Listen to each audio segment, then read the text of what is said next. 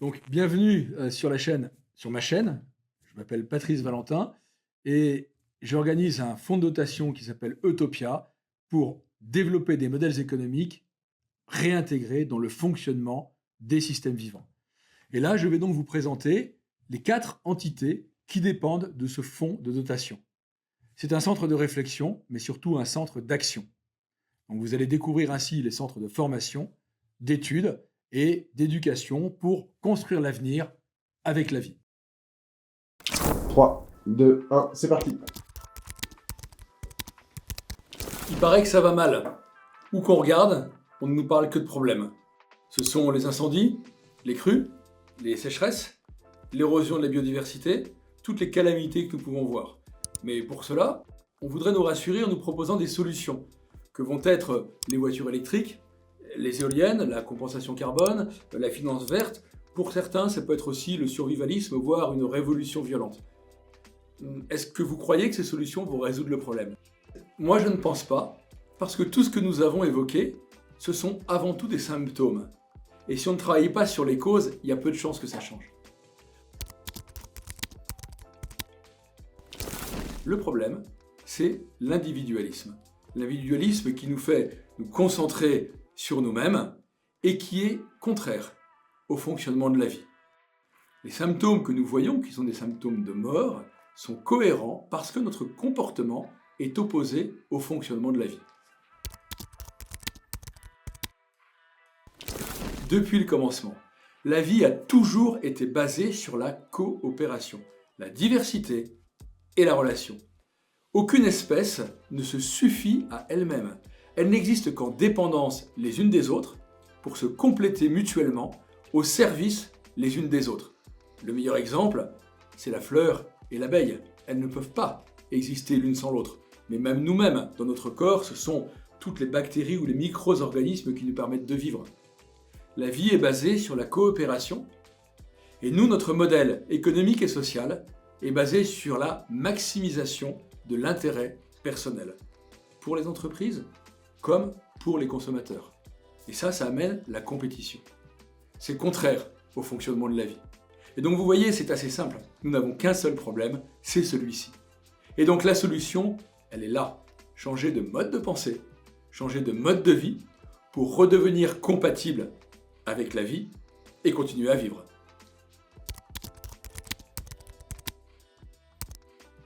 Et c'est pour cela que nous avons créé Utopia. Utopia regroupe toutes les personnes qui sont convaincues qu'il faut changer de modèle pour retrouver notre relation avec la vie. Utopia, c'est avant tout une expérience territoriale pour développer des modèles économiques compatibles avec les systèmes vivants, avec la vie. Une expérience que nous voulons mettre en œuvre, développer, mais surtout généraliser. La mission d'Utopia, c'est donc de développer des activités économiques et sociales qui vont régénérer les systèmes vivants, parce qu'ils sont effectivement altérés, les régénérer pour qu'ils soient fonctionnels et continuent à produire les services qui sont indispensables. Que ce soit dans le domaine agricole, dans le domaine de l'urbanisme, du commerce, de l'intégralité de nos activités, le principal indicateur, c'est le bon état des écosystèmes, de leur fonctionnement et la continuité de la production des services. Les actions d'Utopia commenceront toujours par un principe fondamental, le changement de mode de pensée, le changement de regard. Einstein disait « On ne peut pas résoudre un problème avec le mode de pensée qu'il a engendré ». Ça paraît évident. Si on continue à penser comme des cochons, on va continuer à vivre comme des cochons. Parce que c'est ce que nous faisons en ce moment vis-à-vis des autres espèces. Le premier élément, ce sera toujours un changement de regard. Ce changement de regard nous permettra d'avoir une vision commune. Et la vision commune nous permettra de nous regrouper, de créer des communautés d'acteurs qui sont prêts à s'engager. Et c'est simplement à ce moment que vont venir les actions. Vous voyez, notre problème aujourd'hui, c'est qu'on propose des actions, que ce soit les voitures électriques ou la finance verte, sans avoir travaillé sur le changement de mode de pensée. Il n'y a rien qui va changer, on ne travaille pas sur les causes. D'abord le changement de regard, ensuite la communauté d'acteurs, et ensuite les actions. Alors, Utopia, c'est à la fois mode de pensée, une vision qu'on veut proposer, mais aussi ce qu'on appelle un fonds de dotation, c'est-à-dire une petite fondation qui va porter un certain nombre de projets, qui va les financer dans certains cas, qui va les créer, qui va les développer. Et tous ces projets sont toujours dans cette vision de compatibilité avec les systèmes vivants. Le premier outil que développe aujourd'hui Utopia, c'est une ferme. Une ferme d'une quinzaine d'hectares qui est au nord de Rennes, à Moisey, et sur lequel nous allons pouvoir expérimenter des modèles agricoles, des modèles commerciaux, mais aussi des formations pour nous relier au vivant et changer de regard. C'est vraiment aussi une expérience de relations humaines. L'égoïsme amène la compétition est en général assez peu compatible avec le respect, la dignité, etc., le partage ou l'altruisme, de pouvoir expérimenter. Vous voyez, il ne s'agit pas de dire « yaka, faucon, il faut », c'est « venez, voyez, faites ». Pas donner des conseils, démontrer par l'exemple. C'est ça que l'on voudrait faire sur la ferme, avec toutes les complexités humaines que cela peut représenter, et d'être dans la démonstration et non pas dans l'invocation. Donc cette ferme, c'est la base de départ, c'est un petit peu la plateforme de lancement d'Utopia. Ensuite, il y a des organismes de formation que Utopia soutient déjà. L'un d'eux, qui est le plus ancien, c'est Irvine, un centre de formation aux compétences humaines pour préparer la jeunesse à construire l'avenir. Ben oui, si je vous dis que l'avenir c'est la jeunesse, c'est un petit peu facile à dire, mais oui, mais si la jeunesse n'a pas d'espérance, si elle ne sait pas où elle va, si on ne lui donne pas les outils, on va continuer à tourner en rond. Irvine, c'est vraiment donner à la jeunesse la détermination, la confiance en l'avenir, la confiance en l'autre, la confiance en soi, pour se relier effectivement à la terre et puis être déterminé à construire l'avenir. Irvine se passe en relation avec les systèmes vivants et est porté par la ferme dont je viens de vous parler. Ensuite, on a le campus des systèmes vivants, qui est beaucoup plus technique, qui fait des formations opérationnelles sur la biodiversité. Ce qu'on appelle le génie écologique, la restauration, la renaturation des écosystèmes, le bon fonctionnement des écosystèmes, c'est très technique. Un métier de naturaliste, d'ingénieur écologue, à destination des entreprises spécialisées, mais aussi de toutes les entreprises, pour aménager l'espace, pour qu'elle accueille la vie et reste fonctionnelle et génère tous les services dont nous avons besoin. Utopia porte aussi des structures qui sont plus dédiées aux entreprises. Il y a Rezan, qui veut dire adaptation en breton, et qui accompagne les acteurs économiques sur leur adaptation au vivant, redevenir compatible avec la vie, avec des outils de RSE, mais aussi des diagnostics et des actions mutualisées de régénération des écosystèmes du territoire. Ensuite, il y a Skol Phoenix, qui est l'école des phénix, pour renaître de nos cendres, parce qu'il y a quand même quelques incendies actuellement dans le monde et qui ne sont pas la fin du monde, c'est juste le changement d'un monde. Skol Phoenix s'adresse à des entreprises de manière plus générale et va former à une RSE inspirée de la biodiversité, une vraie révolution positive du vivant, mais aussi aux compétences humaines. Ben oui, parce que s'il n'y a pas de valeurs humaines, en fait, il n'y a pas d'avenir possible. Ce que je vous évoque, ce n'est pas un problème technique, c'est un problème humain, un problème de respect, un problème de dignité, un problème d'altruisme, de solidarité, etc. Ce que l'on appelle les compétences humaines, et aucune entreprise ne peut vivre sans ces éléments qui ne sont pas du domaine du droit, qui sont vraiment du domaine du respect et de la dignité, de l'honneur. Un terme qu'on emploie assez peu, mais qui est fondamental parce que sans honneur, il n'y a pas de confiance, et sans confiance, on ne peut pas bâtir l'avenir ensemble. Vous voyez, Skol Phoenix, c'est des expériences de vie pour revenir sur les compétences humaines, être déterminé à construire cet avenir compatible avec la vie. Après la formation, donc, qui est essentielle pour le changement de regard, et toujours basée sur la relation au vivant, il y a des expériences économiques, opérationnelles.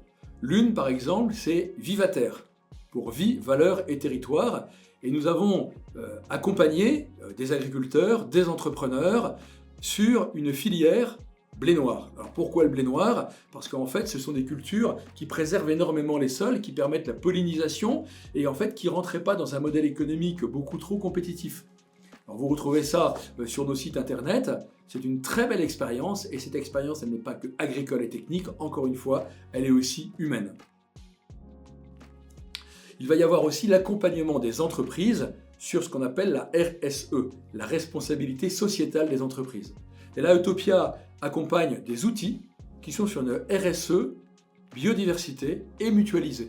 Ce n'est pas la RSE pour l'entreprise elle-même, mais pour le territoire, en lien avec les acteurs du territoire et systématiquement avec comme indicateur la relation avec le vivant et le bon état des écosystèmes.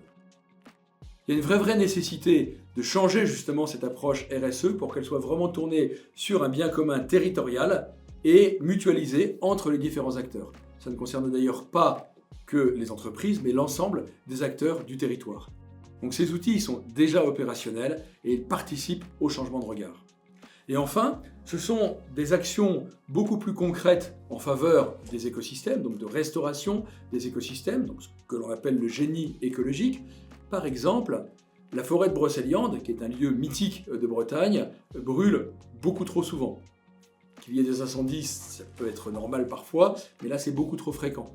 Et en fait, on se rend compte que c'est essentiellement un problème qui est lié à l'occupation des sols, à des microclimats, etc., etc. Donc de faire des opérations de génie écologique pour remettre des écosystèmes qui soient beaucoup moins vulnérables aux incendies, mais aussi qui permettent de favoriser des microclimats, des précipitations, d'améliorer la vie des sols, etc., etc.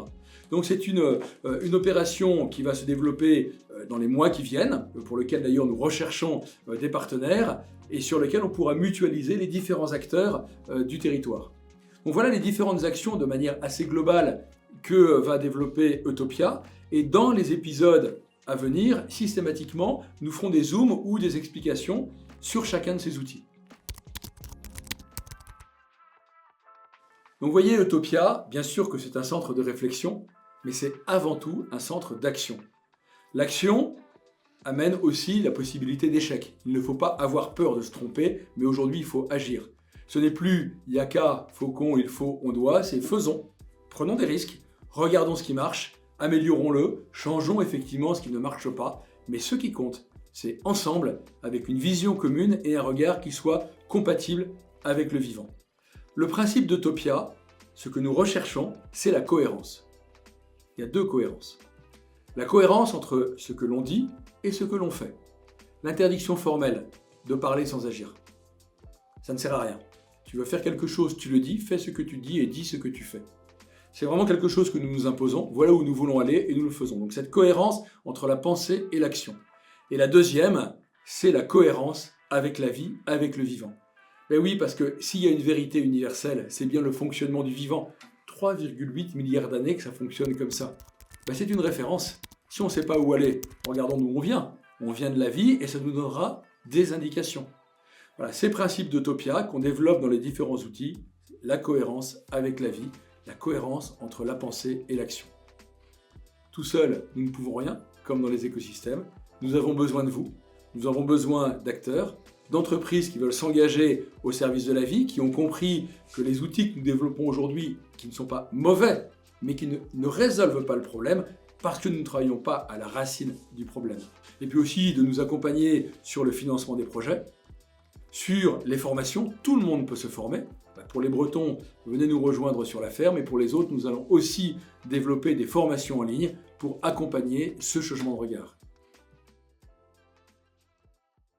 Si vous êtes intéressé par ces formations, je vous invite à aller voir le site de Rayzane et le site de Skolphénix sur lequel vous trouverez toutes les informations nécessaires et des formulaires d'inscription.